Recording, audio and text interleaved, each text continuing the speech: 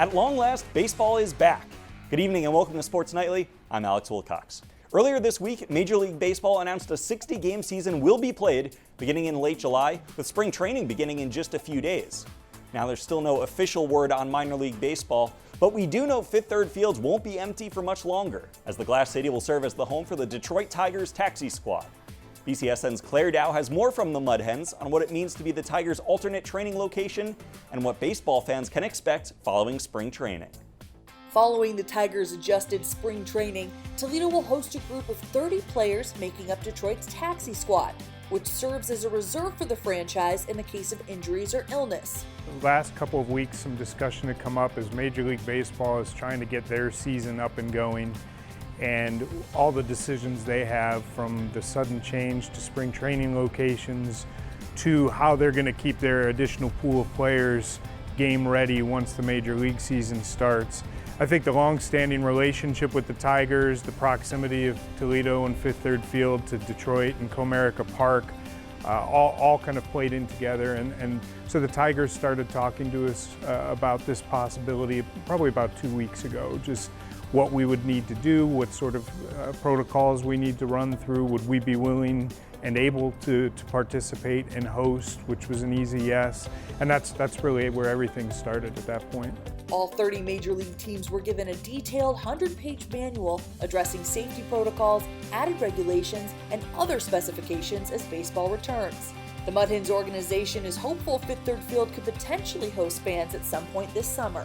We're excited that the Tigers are entrusting us with this opportunity, and it's something that's important to them. And for them to look to us as a possible host and ask us to do it, we're thrilled. We've talked to them about the possibility of having fans in the ballpark, which they are open to with the proper protocols in place, obviously. So right now we're working with Major League Baseball, the Tigers, the state of Ohio, Lucas County Health Department, and ProMedica to go through that manual and make sure that we're going to be set for everything. But our ultimate goal is yes, we want fans to be able to come in and watch workouts, watch inter-squad scrimmages. Once we get a better idea on the schedule and once we finalize those plans, we're going to be sharing that information as soon as we possibly can. The timeline we've been given at this point is Major League Baseball's start, opening day, so to speak, is Friday, July 24th. So we're trying to get an understanding as to where the players that won't make that actual roster but will be a part of this group, when they'll start making their way down to Toledo. So we imagine it's going to be around that opening day time, and maybe we'll get a few of the players here a little bit early. Those are the sorts of things we're trying to wrap our head around, and then finalizing plans for how is the schedule going to work out, what time of day are the workouts going to be, how many days a week and there going to be inter-squad scrimmages. Those sorts of things are all talking points right now that we're trying to figure out. And obviously the Tigers are really trying to get July 1st ready for spring training up at Comerica Park and the plans they need to make for that. But we're having discussions almost daily on what will it look like 3 weeks from now here at Fifth Third Field. In downtown Toledo, Claire Dow, BCSN. High school sports took another step forward to returning this past week as Governor Mike DeWine authorized full practices and inter-squad scrimmages for the so-called contact sports, basketball and football among them. In the past, the OHSAA has only allowed 10 coaching days for basketball in the summer. This year, that rule has been relaxed as programs haven't been able to participate in team camps. And as Mark Coons shows us, Toledo Christian's boys and girls basketball teams, both the defending TAC champs and with high hopes for the upcoming season, are implementing the new protocols. Under this current phase of responsibly restarting Ohio, high school coaches across the state, including those here at Toledo Christian, have swapped whistles and sweat socks for wipes and sanitizers, giving a literal meaning to the phrase heat check. The OHSA has been great about transferring information and then putting it in a way that we can actually transfer it back to our coaches. So that's been really nice. Nothing's too difficult. I mean, obviously we want to take precautions, keep our community healthy, and it's it's a responsible thing to do, and you just take a few extra seconds to do it. It's been good so far, and the guys, everybody understands the deal, and you just kind of have to figure out the new normal. nothing's in stone. But it will be a challenge if we have to do social distancing for fans and stuff like that. We're pretty fortunate that with a small school and a big gym, we will be able to do social distancing for most things. But basketball is going to be a little different. We packed this place, and so we're hoping by then, things will be back to normal. It's like second nature. I'm just trying to make sure everything's clean so we don't catch nothing. We've definitely been cautious, trying to keep like a certain amount of girls in here. So I'm glad that we can get all of us in here so that we can just learn each other better, have that chemistry and stuff. It's one thing that you get a group together and they haven't been together for a while. So when they come together, they do want to talk, and then they start out 6, and it gets back, and then we have to talk to them. But one thing about this year is we got a lot of seniors, boys and girls side, and they have been really good about being mindful of that, because we express to them what we do now is what we're going to be able to do, what we can do in August. So, so if we do the things we need to do now, come August, we'll be able to do the things that we want to do. We've seen a lot of kids, even through the skill work, not being able to play, grow their game, and we want them to grow as individuals and grow up to be responsible adults. And this is part of it. Right now we have a real issue in the society, and we want to do our part and make sure we certainly are happy that the guys are getting to play, but we don't want to be a reason that the virus spreads, and be responsible, do everything we can within reason, and try to keep everybody safe. I missed it like crazy. It was a little tough not being able to play for a while, but obviously there were bigger things going on, more important things that we had to worry about. But I'm glad that things are starting to get back to normal, and we're getting back to it. It was tough those last 3 months, just not being able to get in the gym. Luckily, I'm pretty sure every guy had a basketball hoop in his own driveway to work on that, and it just feels great to be back in the gym and just get things rolling. I will not be surprised if there's some shooting records that are broken next year, just because guys got a lot of time to get just working on their individual games, where a lot of our kids are used to playing AAU 3 weekends a month, and when you do that, it's awfully hard to come back and get a great skill workout in Monday, so maybe they get a couple days a week. A lot of those kids were getting 6 or 7 days a week of skill, and I think it's going to make a big difference, and I wouldn't be surprised if next year's a really good shooting year across the board. This summer has also complicated recruiting, especially for the class of 2021. Royal Davis is looking at Toledo, Butler, Kentucky, Clemson, among other schools. And with AAU tournaments set to return in July, that should help the decision-making process. I'm just waiting till I visit some schools to make my final decision, and I just making sure that I pick the right college. Cole and Trevor are both recruitable athletes, and Cole's had a couple scholarship offers here, and Trevor has a lot of interest as well. It'll be awfully nice to get them in front of coaches. We're thinking in July where they're going to get to play at least in front of some NAIA coaches, and I know there's some D2 schools that have expressed interest in watching the games on the internet. I mean, it's been a little weird without AAU. You haven't had people be able to watch you, so just sending stuff out to coaches. I mean, they don't know, it's new territory for them as well as it is for us. So everybody's just trying to figure it out, but it's been odd.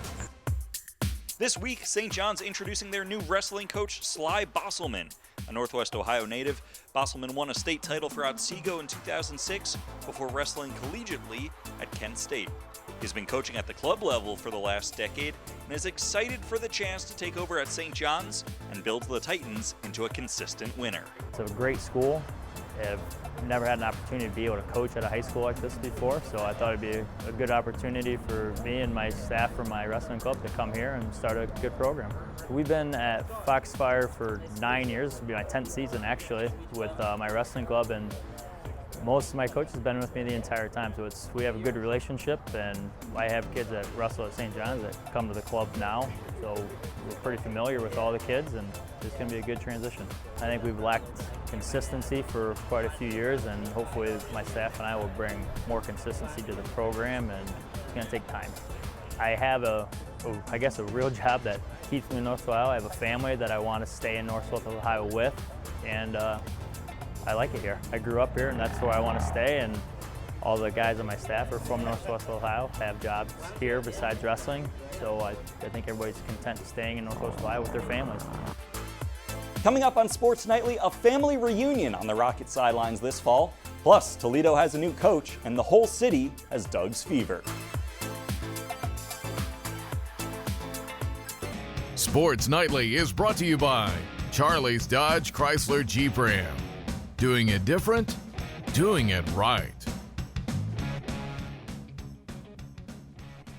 If you've been to a Rocket football game over the last couple of years, you've undoubtedly heard the name Bryant Koback. The former Springfield running back is gearing up for his junior season at the University of Toledo. And this fall, another Blue Devil becomes a Rocket, making Saturdays double the fun for the Koback family. BCSN's Claire Dow explains. Since joining the Rocket football team back in 2018, Bryant Koback's torn up the field. Last season, he rushed over 1,000 yards and is the 18th player in Toledo history to crack 2,000 with 2 years of eligibility remaining. This season, Bryant won't be the only Koback on the sidelines at the Glass Bowl. Shaylin just graduated from Springfield High School and will join the Toledo cheer squad this fall. I made the decision to come to Toledo because I knew I had a huge family aspect and support system coming here, and just being able to actually cheer for Bryant, I think that made it a lot more fun. My first reaction when I found out Shaylin was cheering at Toledo was I was really excited. Just because she's always supported me, and then even in high school she cheered for me, so just that she could follow me to the next level really and still be on the sidelines next to me. I think it's a really cool experience because a lot of people don't really have the opportunity to experience that. I'm 18 and he's 22, so it's not that big of an age difference between me and my other siblings, so I am definitely a lot closer to him. We have a very unique relationship. I mean, not everybody fights growing up together, but at one point we hated each other, and now it's kind of like we go back and forth to each other for anything we need, from any advice. She helps me a lot. I ask her for tips and stuff all the time, and vice versa. So we have a very unique and close relationship. He's always so supportive. We go back and forth with each other saying, oh, which sport's harder? Will you go work out with me? Let's go do this. And it's always just fun, competing against each other in different ways. We've been coming to games for the past 2 years now since he's been playing. And just being a part of tailgating and game day experiences, I'm looking forward to being down on the field with him. And I think that just adds a lot more for our family. I think it'll be a very cool experience for our family because since I do look up to him as an older brother, cheering for him, it's just going to mean so much more to both of us, I think. If she would have went anywhere else, they would have had to split up and divide, and just her being here, now everybody can enjoy it and not have to be in different places in the same day, and really just be able to cheer us both on for our hometown pretty much. I just know Toledo will always be a part of my home, and being able to represent home also is very important to me. In Toledo, Claire Dow, BCSN. You can catch Bryant on the field and Shaylin on the sidelines at the Rockets' home opener on Saturday, September 12th, when UT hosts San Diego State. The Rockets also have a new football coach. Well, sort of. You won't find Gus Duggerton roaming the actual sidelines of the Glass Bowl, and no, Jason Candle isn't going anywhere. But thanks to Barstool Sports and an old video game, Coach Duggs has the Rockets at the top of the college football world, and the whole town is getting in on the fun. That's how you do it. Let's face it, during this pandemic, we've all had a little too much time on our hands. Some of us have binged every show on Netflix. Carol Baskins did it, by the way. Others tackled their reading list. Others still turned to video games. That's what popular podcast host Dan Katz, better known as Big Cat, did when he pressed play on an old version of NCAA Football 14 and introduced the world to Coach Duggs. With the sports world shut down, Katz created Gus Duggerton in the video game's Dynasty mode, and due to his love for action, started his coaching career as the offensive coordinator for Toledo. Since then, the coaching carousel has taken Duggs to Florida State, USC, Texas Tech, and Tennessee, where he led the Vols to a national championship. After winning the title, Duggs once again had a slew of offers. Alabama has offered me a contract! Including the likes of Alabama and Oregon. But like LeBron returning to Cleveland, Coach Duggs knew it was time to come home.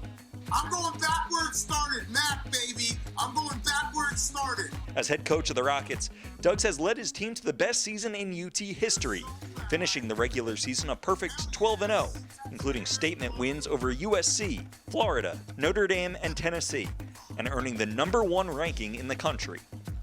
Toledo knocked off crosstown rival Bowling Green to win the MAC championship, and now they face Texas for the national title.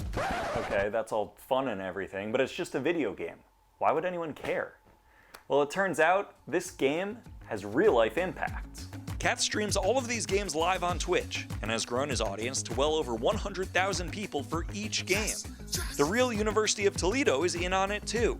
The Toledo Athletics social media page has been filled with Doug's-related content, and they're even selling Coach Doug's t-shirts. For the university, it's massive, right? Like, not only just for the university as a whole, seeing Toledo Rockets, University of Toledo, in the streams of 150,000 people watching, and a Twitter population of over 1 million people. Like, it's also big for recruiting for our football team here. Like, we tweet all these things out on our Toledo Rockets football account, and that's going out to millions of people. Like, that's big for recruits and big for our team to get seen like that. Or even though it's just some like graphics or funny graphics related to Coach Doug's, we can still put out other content about our team right now, and it's like that gets seen by all these people, or our increase of followers right now, like that's going to help in the future. So this stuff has been really huge for our athletic department. Yes, burger time! The whole town is getting in on the fun. For every 50 burger Doug's and the virtual Rockets put up on their opponents, the Blarney Irish Pub in downtown Toledo will give customers 50% off their own burger. It just seems like it's crazy. I mean, people that are right behind me, they're asking me if, I'm on camera because of what's going on with the 50 burger. 45 minutes after that first tweet, after he hung that 50 burger yesterday, we had 4 people come in and redeem it. So yeah, it's working, and we got a handful of people behind me right now for lunch that are using it. That's not all. Should Doug's do the impossible and lead UT to a national championship, Mayor Wade Kapsakavich will present a real key to the city to cats. It's hard to find something bad to say about this. It's just a welcome diversion in what has been a tough year in our country, and I think they're going to pull it off. I mean, with every passing game, it becomes clearer and clearer that he's got a real shot at this. On the verge of the greatest season in Toledo football history, virtual or otherwise, Doug's has the whole city behind him as he chases immortality. This moment can be added to the Mount Rushmore of Toledo's sporting achievement. Provided they get the job done, we'll be rooting for you. And nothing would make me happier than bestowing a key to the city on Coach Doug sometime in the near future. You can stream all of Coach Doug's games live on Twitch, or you can watch them later on YouTube. Up next, another edition of Glass City Golf. We head up to Michigan to tee off at Quarry Ridge Golf Center. Sports Nightly is brought to you by Groganstown Chrysler Jeep Dodge Ram, where nobody treats you better. Our Glass City Golf Series continues this week with the Quarry Ridge Golf Center, located just, and I mean just, over the state line in Ottawa Lake. It's our first trip to a 9-hole course, a perfect place to play without taking up the whole day, or for beginners to learn the game. We're here at Quarry Ridge Golf Center, and I'm joined along by Tony Walters, who is the teaching pro here at Quarry Ridge. So Tony, tell me a little bit about the golf center here. Well, this is a great place out here. If you've never been out here, come out. We have a great grass range. We have a heated range, the only one around for 45 miles. We have 9 holes of great golf. We have mini golf. And then obviously we have the teaching opportunities out here as well. So super great place to come. And we're going to be playing hole number 1 right here. First one, you told me that it's one of the most challenging ones, which I'm not sure I'm totally on board with, but we'll give it a shot. Tell me a little bit about this hole. Well, on this particular hole, we have a waste area right out here in the front, which is drivable. And then we have a little bit of the wet stuff or water on the right-hand side. And then we have out of bounds on the left-hand side. So your best shot, if you feel lucky, is putting it right in front of the waste area there and then having a next shot over top. Or if you want to play a little bit more safer, you can go right down the fairway on the left-hand side and have a little bit of a longer shot in. I feel like I want to go for it. Do it. You can go first. Show me how it's done. Okay, that's pressure. Oh boy. I think my divot went further than the ball. All right, take 2. There you go. Well, it's going left like you said. You're probably all right. We're just going to forget about that first one, right? I don't even remember the first one. One of the things that I love about a 9-hole golf course is that it's just so quick to play. You can get out here in the morning before work and play. You can come after work, and get a quick 9 in, before it gets dark. As you're doing right now, you can even come in on your lunch break and play 9 if Thanks you're to quick. Golf Galaxy for letting me have an hour off, right?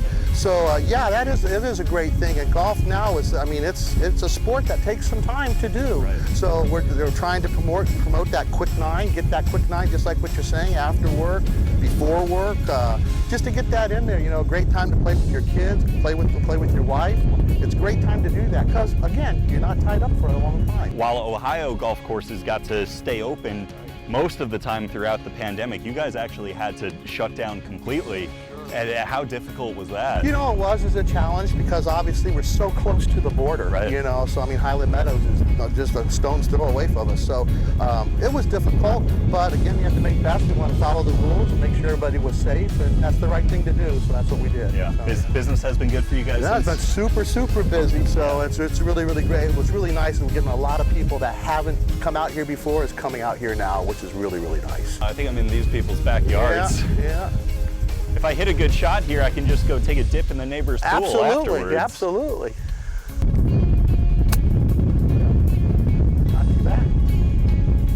Oh, a little long. Just a little long. But not too bad with that abbreviated follow through. Yeah. Good job.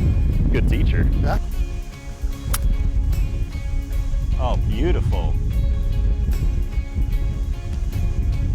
One of the things that I think is the coolest about this place is the heated range that you guys have. Yeah, that's so cool. Golf, at least here in the Toledo area, usually isn't a 4-season sport, but with that heated range, you can play all winter long. You sure can, and it's really, really nice to be able to get out. And here in Ohio, the weather is suspect at any given day. It's different from day to day. So, you can have nice days in the 40s or sometimes even in the 50s in December and January. We've been out here, as Mark said, we're open all year round, and we've been out here every month, either teaching or guys out hitting golf balls, because they're watching golf on TV and they're playing in Florida and Hawaii, and we're up here with 3 inches of snow, 4 inches of snow. So you can come out and hit some golf balls, which is great. Yeah. Simulators are nice, but nothing beats hitting it yourself. Yeah. What are you thinking? Don't trust this club, but I have to go for it anyway. Biggest tip right here is set your shoulders to the incline of the hill, because you want to sweep down on it. You don't want to hit down on it because you're going to just miss it. Oh, slow down. Just a little aggressive, but pretty much the basic idea. Just starting rolling downhill a little bit, and hopefully we'll get a little lucky. Maybe we'll get real lucky. Good. Maybe we'll get real lucky. Oh! How about that? It was a good birdie, right? He's on camera and he comes through. The pressure was unbelievable. That's right. I hate having to follow up that. Come on. Not a bad stroke. Pretty good from there. Hit the ball, Alex. Yeah. There it is. All right. Nice putt. Not a bad hole. Absolutely. One of our best ones out here. Thank you. Thanks to Tony and everyone at Quarry Ridge for having us out. The Golf Center offers lessons, leagues, a lit-up driving range open till 10 p.m., mini golf, and more for anyone interested. You can find more info on their website, quarryridgegc.com. Time for a quick break. When we come back, it's the return of Stars and Stripes. Tonight we bring you another edition in our Stars and Stripes series, where we introduce you to the men and women in our area that officiate our local kids' games. We head to the Ball Diamonds this time with Jacob Frank, Toledo Christian assistant baseball coach by day, and for the last 8 years, an umpire by night. Coach Frank has a true love for the game of baseball and tells us that it's all about giving back to the youth and to his community. U10 rules, they can lead off. How do you want to do balks? You want to do instructional balk, warning? So the story behind it all was I was just getting into high school my freshman year. My old league director out in Genoa talked to me. He's like, hey, you're old enough to do U10s now. You want to come out and do it? And it's like, yeah. It's like, I love the game, so it was easy to give back to the league that I came up through. So I'm Jacob. What's your name, bud? Braden. Braden, nice to meet you. I've always been baseball. I started playing when I was 8 years old, and I've been playing my entire life. I would have played in college had it not been for an injury, and then I ended up taking up coaching, and I do coaching high school baseball at Toledo Christian, like I said, and then I do umpiring on the side. So I'm always around the game, and it's just that passion for the game that brings me back every time. Safe! 100! It's one of those things, I encourage all my baseball players over at Toledo Christian to jump into the umpiring once they graduate as well, because we are a struggling industry where we're losing numbers at a rapid rate, and so we're trying to get more young kids into it and umpire as well. Ball play! I think a lot of it boils down to a lot of the kids, a lot of younger people are afraid of parents. They're afraid to come out and be yelled at or things like that, and it's one of those things, we all have to do a better job. Officials in the high school and U10 and U12 level, we're not professionals. We're out here doing it the best that we can do, and that's something that parents have to take into account and coaches have to take into account when they're yelling at umpires and stuff like that. We're doing the best we can do. Safe! Mr. Tag! You gotta have thick skin. That's the one thing as an umpire that you have to have. You can't, there'll be people talking behind you saying that was a strike, that was a ball. No, you just gotta ignore that stuff. It's if it crosses that line of being profanities or they're constantly doing it at you, then you have to take that next step and talk to them. Hello? One thing that I've learned as an umpire is you have to be clear and direct. So I always come down, and if it's a close play or something like that, I'll talk with the person, I'll explain to them why the call was made the way that it was made, and normally that takes care of it. If it continues on where the either parent or coach is berating the umpire, then they'll get their first warning, and if then it continues, then unfortunately sometimes we have to eject people. For anybody out there, like you said, that wants to be an umpire, do it. It's one of the most rewarding jobs to see the smiles and everything that comes with it with the kids. That's what it comes down to.